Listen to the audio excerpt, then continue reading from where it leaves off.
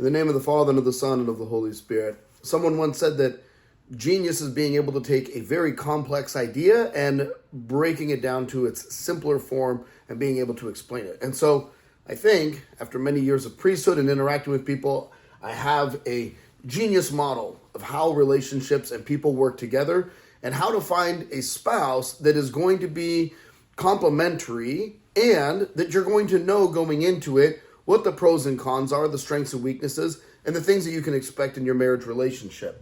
So, first thing off the bat that I will tell you, that I tell everyone all the time, which is the number one problem I see in marriage is a lack of a shared vision.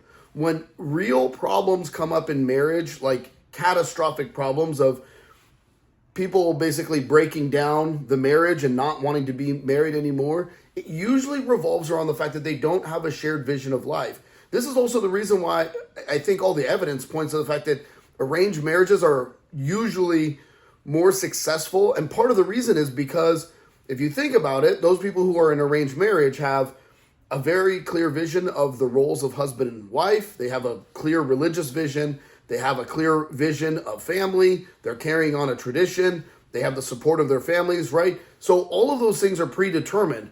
The only thing that they have to wrestle with really is their personalities. What's interesting in the West is that we've basically taken the opposite view, which is people should get married based on attraction and personality and compatibility, and yet we have catastrophic rates of divorce. So why is that? Well, because people don't have a shared vision in life. They don't know how to go through life together. They don't know what they're building. So fundamentally, if you're going to build a marriage relationship, you have to have a shared vision, okay? That is the foundation upon which all the other personality dynamics fit into it.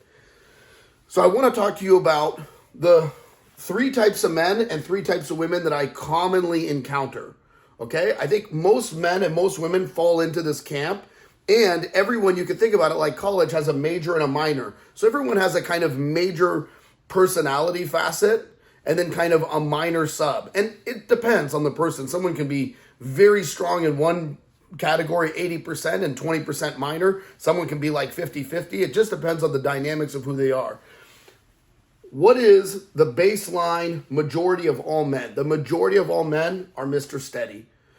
What is the hallmark of a Mr. Steady? He goes to work, he gets the job done, not super emotional, emotionally regulated, very in control of himself, very structured, sometimes the far end kind of OCD, but typically a person who is able to go and grind out the same job over and over and over again. This is the majority of men. This is how men are hardwired by God, okay? What is the second type of man that's less common? The Mr. Visionary. Now, Mr. Visionary is the guy who is the entrepreneur, has an idea, wants to see it through, etc., etc. And he can range from being an extreme visionary where that visionary component kind of dominates all else, and he's just going for his, idea, come hell or high water, and he's going to accomplish it, and he can be very intense on this vision. But typically, these are the people who own their own businesses. Again, the entrepreneurial type, the type that wants to have a dream that they bring to life and they see to fruition. And all men, to some degree, I think, have a bit of Mr. Visionary in them. And the last, of course, is the Commander Man. Now, these are not equal, and we're not looking at it clearly, but the Commander Man is the least frequent of all men. And part of the reason for that is you kind of need like one Commander Man per, 100 or 150 Mr. Steadies. The Commander Men are the CEOs, the generals, the big politician figures, the guys who are really driving things forward. They are leaders. They are delegators. They excel and they thrive in that capacity. You just don't need a lot of them in society. On the female end, what do you end up with? The majority of women are in that nurturer camp. If you actually look down the job breakdown, Department of Labor and what women do, by far the biggest categories for women are nurturer positions. Being a nurse, taking care of people, being a school teacher, right? The nurturer is kind of the baseline for most women. Now, does that mean that every woman is a super nurturer? No. But just as a facet of womanhood, it's a very clear component. In fact, when I meet women who don't have a strong nurturing element, they feel like something is missing. It's not. It's just how their personality is put together. The other big component, the do-it-all. Women who can do it all. This is where women excel, and I would say thrive in a lot of ways more than men. There are women who can take 5 or 6 different tasks, categorize them, make sense of them, follow through on them. This is, your secretaries, your administrative types. On the far end, you end up with the do-it-alls that are commander women. Those are the women who are in leadership positions. They're not like the commander men. That's a very different dynamic, but commander women who are able to lead and direct and delegate, but in a certain type of way that only women can do, which is they can oversee multifaceted projects and keep everything in line.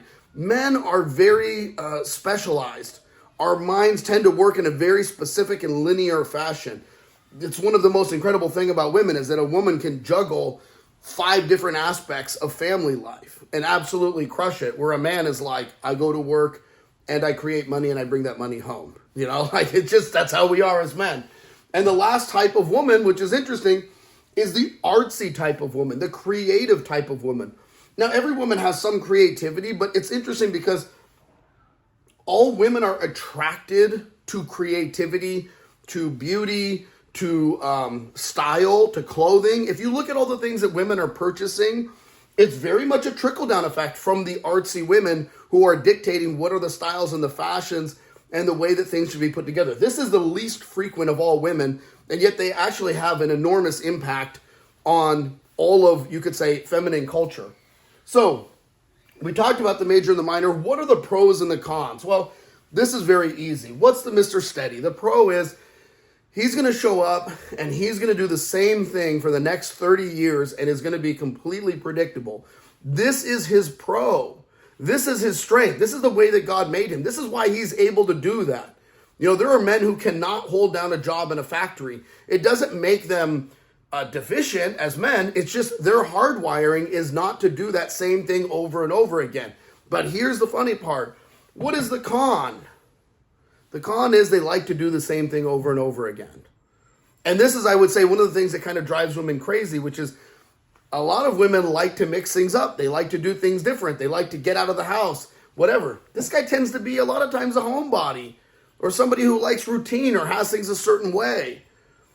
That strength in anyone's personality, whatever that dominant strength is, also has a corresponding weakness. And you have to know that going into marriage, right? You don't get to pick out 10, 15 attributes for a person and find that person. No, you find a couple attributes, you see how they're put together, you look at their character, how they compartmentalize themselves in life, how they live out that vision in the integrity that they have, and then at that point you determine whether or not they're a good fit for marriage. What's the great thing about, and the other thing with the Mr. Steady is, what is he? He's going to typically be an average earner. He's going to be a blue collar guy. He's going to work the same job. He's going to have a pension. You're going to have a stable, good retirement. Now, on the far end of Mr. Steady, you end up with your computer programmers, your engineers. There are guys who are Mr. Steadies who make big money, but the reality is when you're looking at the graph of what the average man in America makes, you're looking at a Mr. Steady. That's just a reality. What's Mr. Visionary? Mr. Visionary is going to be either a high earner or absolutely broke. I have seen this so many times. Either he's going to get after it and start his company and make millions and do all these different things, or he is just going to flounder and flail and not find his vision that he sticks to and whatever else. So the pro with the Mr. Visionary is it's an exciting life. He's always got ideas. He's always on the move. He's always doing things. But the con is what? He's always on the move. He's always doing things. He's always chasing after things. There's not a lot of stability in this personality. It doesn't mean that they're emotionally unregulated. It just means that life is going to be a bit more of an adventure. And then you've got, of course, the commander man. Now, commander men tend to be high earners. That's just the reality because they tend to move naturally through the rungs of the organization into positions of leadership because people want to follow them because they have decisive attitude, they have good managerial skills. They see the big picture. They don't get weighed down in the details, right? So they're fantastic in that role. What is the downside to the commander man? A lot of commander men tend to be more commander man and some visionary, not a lot of Mr. Steady commander men. So these guys tend to be more demanding, less patient, more exacting, right? This, I would say, is a very difficult person to be married to typically because they have such a big personality and they have such a firm way of seeing things and executing things, and they're used to getting things done in their life. Mr. Steady is a fantastic person to be married to. He's just awesome. He's a great dad. If he's a godly man, he's a great dad. He's a great husband. He just does things well and he takes care of the family. Now, when we get into women, what's the pros and cons with Miss Nurturer? Miss Nurturer obviously is going to put her feelings first. She's not going to be hyper analytical. She's not going to be breaking things down into their constituent parts and understanding and dissecting. She's going to be kind of leading with her heart a lot of times. So the beautiful thing is she makes a fantastic, loving mother and caregiver, but she tends to be a bit unstructured. She doesn't have necessarily that same structure and that same goal orientation that, her husband, who's maybe a Mr. Steady, sees that they need to have. What about the do-it-all woman? Well, the do-it-all woman is fantastic at getting things done. But what does she sacrifice? She sacrifices some of the nurturing. So she can be a bit colder. She's not as maybe sweet or as gentle or as nurturing, but she gets a lot of things done. She's highly productive, highly organized. Her house is in order. And then last of all, you have the artsy, and the artsy woman is what? I mean, she's fun and interesting and creative, but what else are you going to find? Not super stable, not going to get everything done, going to be more focused on her interests and the things that she's focused on and wanting to accomplish, but tends to be also, I would say, artsy women tend to be more in touch with their hearts, and so they tend to lean more towards the nurturer. When you understand these basic, simplistic dynamics of how God has made us and how we relate to each other, you can begin to formulate in your mind, like, who it is that I would like to be married to of the opposite gender and what I'm expecting to get out of it. If a Mr. Steady marries a Miss Nurturer, he may not have the cleanest house. It's just a reality. If Mr. Steady marries a do-it-all, he's going to have a fantastic house and everything's going to be structured, but she may not be the most physically warm, right?